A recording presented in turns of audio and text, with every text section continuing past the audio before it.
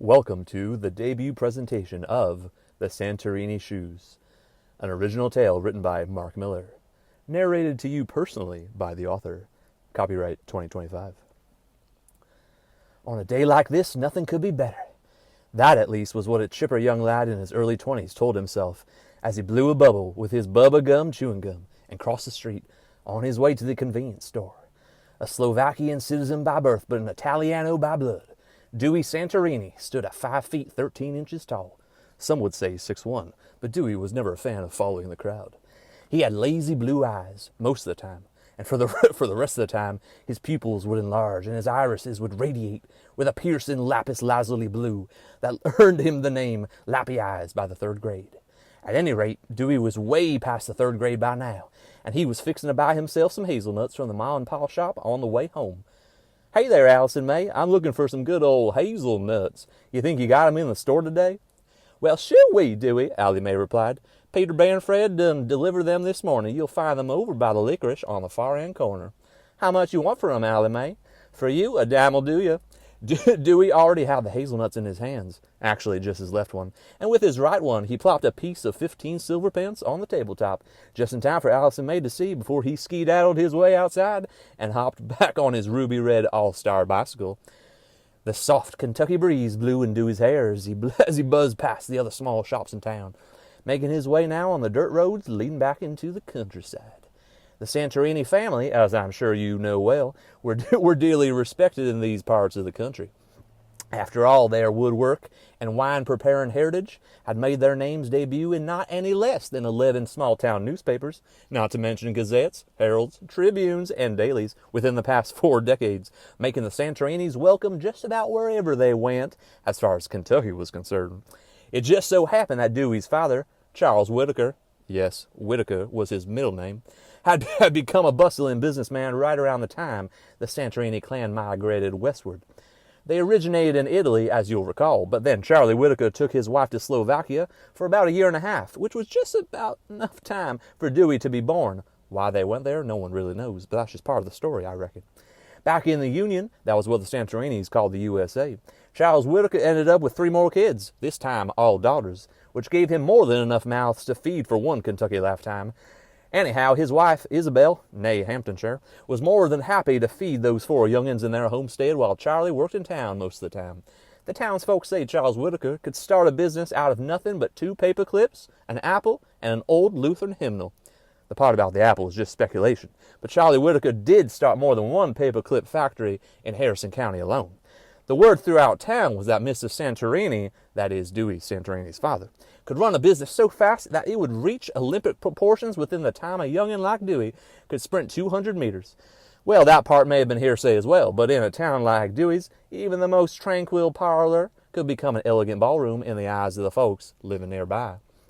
By the time Dewey reached the front doorstep, the sun was nearing its blazing brilliance just above the skyline, peering back at Dewey, across the cotton fields and winding rivers to the east of the Santorini property. "Pa, I'm home," he said, wiping his feet after coming back indoors. "Dewey, I'm glad to see you. Ma was hoping you'd be back by sundown. She's got a mighty fine dinner prepared for us, I reckon." "Oh, golly, where's Mater off to right now?"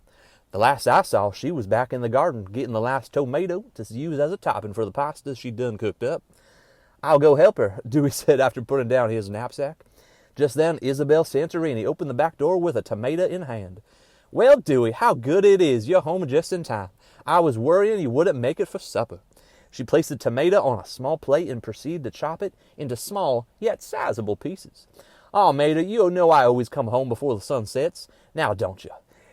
Dewey came by his ma and gave her a firm hug. "And shucks, I thought Pa was going to help you with the salad tonight." "He said he was a-gonna," his ma started, "but I guess them gophers were creeping into the yard again, so he wanted to show 'em who's boss around here, these here parts." "Them gophers never hurt nobody," Dewey said. "You're right," Charles Whitaker jumped in, verbally of course. "They never hurt nobody, but it's Ma's flowers I done be taking care of. I don't want no vermin eating our tomatoes." "That's fine, dear," Isabel told him. "Now quit your worrying and sit down for supper. I hear the girls are coming down the stairs." At that, Dewey's 3 younger sisters, Annie Lou, Belle Mary, and Carrie Sue, rushed into the kitchen, yelling, "Ma, we done love you," and carrying on until they sat down, put napkins on their laps, and then quieted down as Dewey, Ma, and Pa took their seats as well. It was another busy day in the factory, Charles Whitaker said, reaching for the salad dressing. He was Italian, no less. Does that mean you're closer to the day? Dewey asked, mouth full of pasta shaped like bow ties. Honey, would you sprinkle some salt on this here meatball? Didn't you hear me, Pa? Oh, what was that, Dewey? Oh, yes, I was gonna tell you. Dewey's dad then stopped chewing and put his fork down. Be a good boy now and look upstairs. That was all Dewey needed to hear. He was out of his chair by the time Pa said, stairs. His hickory door swung open mighty quick when he got there. His eyes darted right, then left, and then they focused on the floor right by Dewey's bedside. There they were. Gazing up at Dewey was a pair of shoes with a pale orange hue, as much as shoes can gaze at anybody. Dewey's heart leapt more than a locomotive leaving the hillside of Colorado. It was time. There they were ready. Here they were. Oh me, oh my, it's finally time. That's what Dewey was subconsciously thinking, as much as he could figure at the moment, when he laid his eyes on those beauties. But what'll we call them? He said out loud, perhaps on purpose. The shoes kept looking at him, calling his name. I know, Dewey exclaimed, Santorini Slicks. And thus they were, Santorini Slicks. For our sake, we'll just call them Santorini Shoes. Right in his room, with a belly half full of pasta in the shape of bow ties, Dewey Santorini sat down on his bed, lifted the pale orange shoes, and carefully tied them once his feet were inside of them. They felt like the cotton mater likes to pick in the late summer, he thought to himself. The next thing the Santorini family knew, Dewey was outside, running across the yard and down the dirt road. Where are you off to, Dewey? His ma yelled into the evening sky. Hoo-wee, she heard echo back at the house. You come back now, son, you hear? His pa shouted into the eventide air. All right, was the implied answer in Dewey's prompt return and lack of verbal response. The next morning, Dewey was up early. Now, where are you going off to, child? Ma said as she put on her apron. I haven't even scrambled the eggs yet. Mater, I'm going off to the store to fetch you and Pa a nice pair of shears for the backyard. I heard you talking the other day, and well, not only that, but I'll get you a nice and shiny garden hose, too. I noticed you needed a new one. Ma knew better than to argue with Dewey when he was promising to buy her garden tools. Okay then, Dewey, but I better see you back here by lunchtime. I don't want you to go a-starving when you're living in a good and respectable home like this'n. Yes, Mater, and he gave her a firm kiss on the right cheek, and then he dashed out the front door, his bike propped up against the deck. Dewey's feet were running hard, but with ease by the time he entered town. It was a good 30-minute walk from his house, on a good day, going at a meandering speed, and in the past Dewey had only been to run the distance in about 14 minutes' time. But today, Dewey ran the distance in 8 minutes flat, or so he reckoned. When he got to the convenience store, someone stopped him just outside.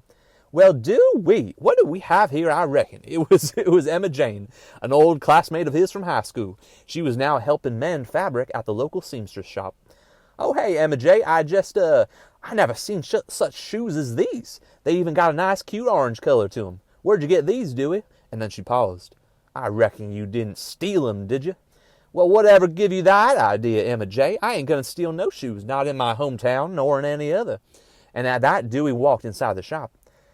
Allie Mae, could you help me find... Dewey paused.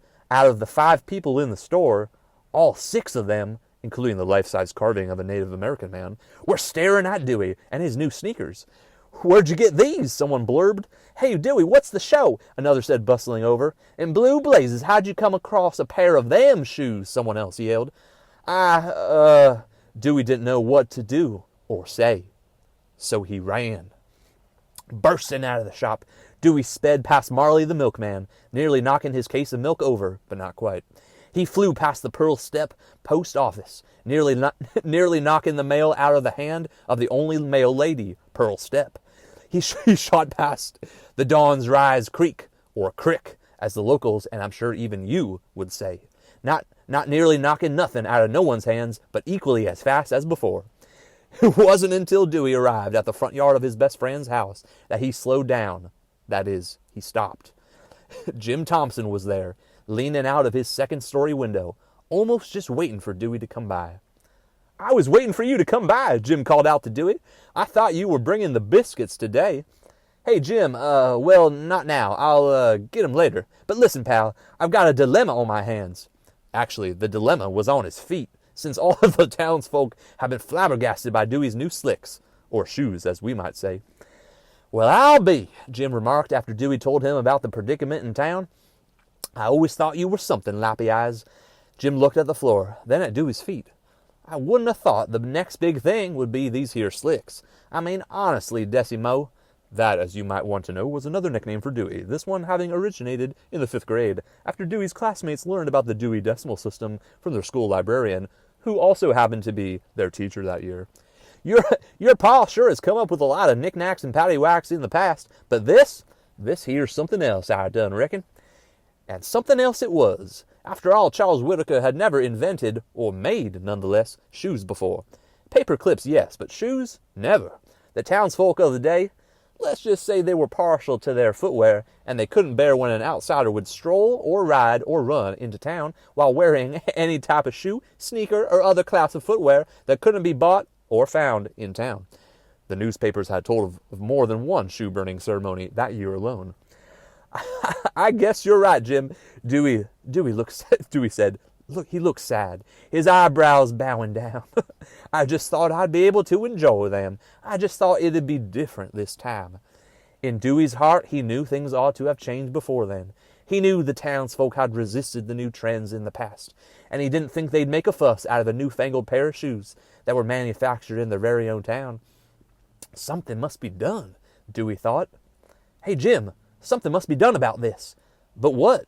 Jim had a small tear, possibly, in his eye. I don't know, but I'm going to ask Paul.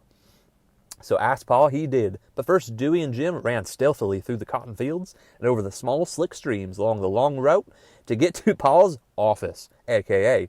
his secret shoe factory. Upon entering the secret facilities, Dewey was dumbstruck and perhaps even dumbfounded. What lined the conveyor belts were not spiffy slicks, but a single model of cream-colored rice cooker. There were no shoes to be found, nor dumbfounded. Dewey let out a breath of confused awe. And that's when Charles Whittaker stepped onto the scene. He just came out of the WC.